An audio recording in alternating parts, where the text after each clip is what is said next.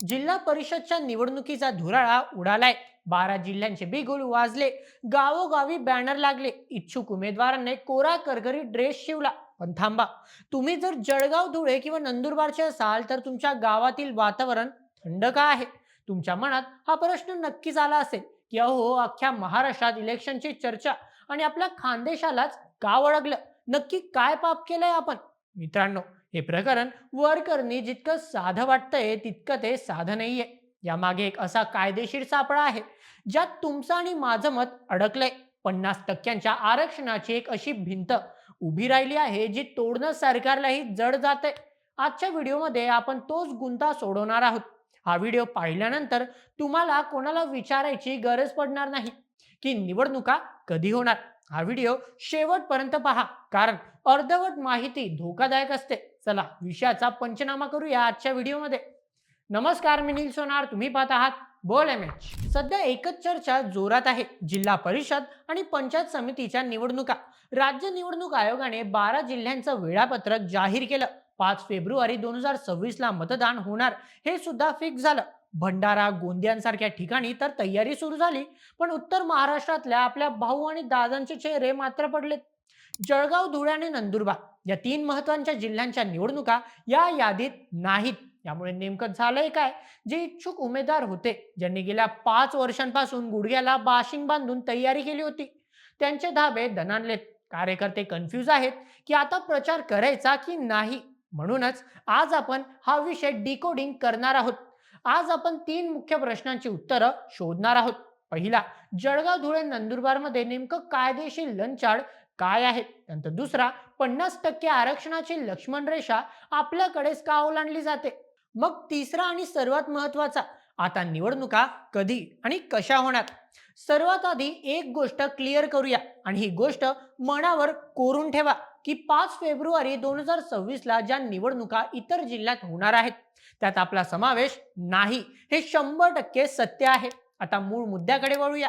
बाकीच्या ठिकाणी निवडणुका होऊ शकतात, तर आपल्याकडे का नाही? याचं प्रमुख कारण आहे सुप्रीम कोर्टाचा आरक्षणाबाबतचा 50% नियम आणि पेसा क्षेत्राचा मुद्दा. आता तुम्ही म्हणाल, हे 50% काय भानगड आहे? तर मित्रांनो, थोडं फ्लॅशबॅक मध्ये जाऊया. 1992 साली सर्वोच्च न्यायालयाने इंदिरा साहनी खटल्यात एक ऐतिहासिक निकाल दिला होता. याला संविधानाचा आधारस्तंभ मानलं जातं. कोर्टाने स्पष्ट सांगितलं की भारतामध्ये कोणत्याही परिस्थितीत एकूण आरक्षण हे 50%च्या वर जाता कामा नये. म्हणजेच काय? तर समजा 100 जागा आहेत, तर एससी म्हणजेच अनुसूचित जाती प्लस एसटी अनुसूचित जमाती प्लस ओबीसी इतर मागासवर्ग या तिघांची बेरीज 50च्या वर जाता कामा नये. उरलेल्या 50 जागा या खुला प्रवर्ग किंवा ओपन कॅटेगरीसाठी असल्याच पाहिजेत. आता तुम्ही म्हणाल, बरं मग अडचण काय आहे? ठेवा की 50च्या आत. मित्रांनो, इथेच खरी गोम आहे. महाराष्ट्राच्या इतर जिल्ह्यात हे गणित जुळवणं सोपं आहे, पण आपल्या खानदेशात विशेषतः धुळे आणि नंदुरबारमध्ये हे गणित जुळवणं म्हणजे अडीक्यात सुपारी सापडण्यासारखं झालंय. का? आता खरा बारकाईने लक्ष द्या. नंदुरबार आणि धुळ्याचे उदाहरण घेऊ. आपल्या सर्वांना माहीत आहे की नंदुरबार आणि धुळे हे आदिवासी बहुल जिल्हे आहेत. इथे आपले आदिवासी बांधव म्हणजेच एसटी समाज मोठ्या संख्येने राहतात. सरकारचा आणि संविधानाचा एक नियम आहे, पेसा. या कायद्यानुसार अनुसूचित क्षेत्रात म्हणजे स्केड्यूल एरियाज मध्ये जिथे आदिवासींची लोकसंख्या जास्त आहे, तिथे त्यांना लोकसंख्येच्या प्रमाणात जागा राखीव ठेवाव्या लागतात. हे बंधनकारक आहे. आता गंमत बघा. समजा नंदुरबारच्या एखाद्या जिल्हा परिषद गटात आदिवासी लोकसंख्या खूप जास्त आहे. नियमानुसार तिथे एसटी आरक्षणाचं प्रमाण 40 ते 45% पर्यंत जातं. हे फक्त उदाहरण आहे. आता या 45% आपल्याला एससी समाजाचे आरक्षण, जे साधारण 10 ते 13% असू शकते, जोडावे लागेल. करा बरं बेरीज. 45% एसटी प्लस 10% एससी एकूण 55%. अरे बापरे, इथे तर ओबीसी आरक्षणाचा विचार करण्याआधीच गाडी 50%च्या पुढे गेली. आणि सुप्रीम कोर्टाचा नियम काय सांगतो? 50%च्या वर जायचं नाही. मग आता प्रश्न उरतो ओबीसी बांधवांचा.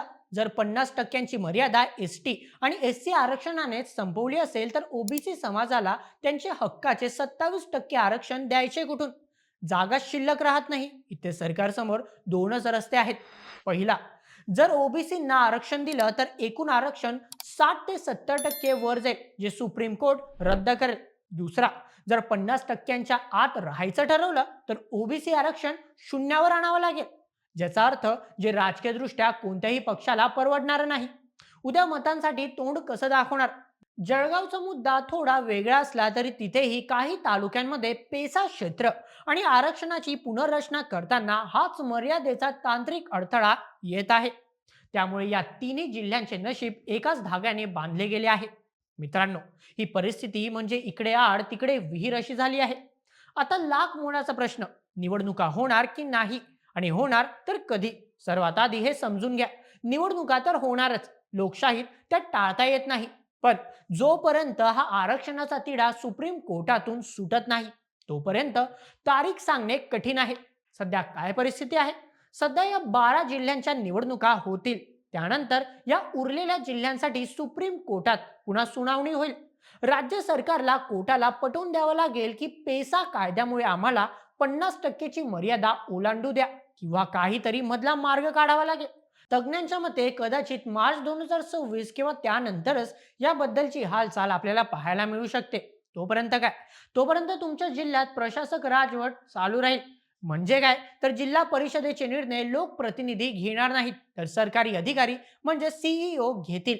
याचा परिणाम असा होतो की विकासाचे नवीन ठराव घेणे किंवा लोकांच्या समस्या थेट मांडणे थोडे कठीण होतं, कारण लोकप्रतिनिधींचा थेट सहभाग नसतो.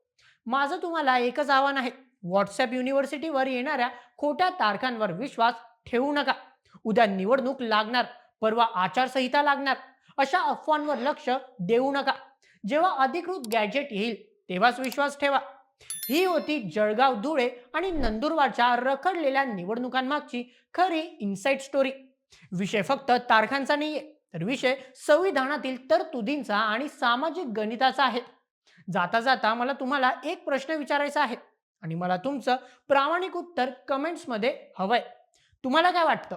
आदिवासी बहुल जिल्ह्यांमध्ये 50%च्या आरक्षणाची मर्यादा शिथिल करून ती वाढवून घ्यायला पाहिजे का, जेणेकरून सर्वांना न्याय मिळेल? तुमचं मत आम्हाला कमेंटमध्ये नक्की सांगा, आणि अशाच व्हिडिओसाठी सबस्क्राईब करा बोल एम एच आपल्या युट्यूब चॅनलला. धन्यवाद.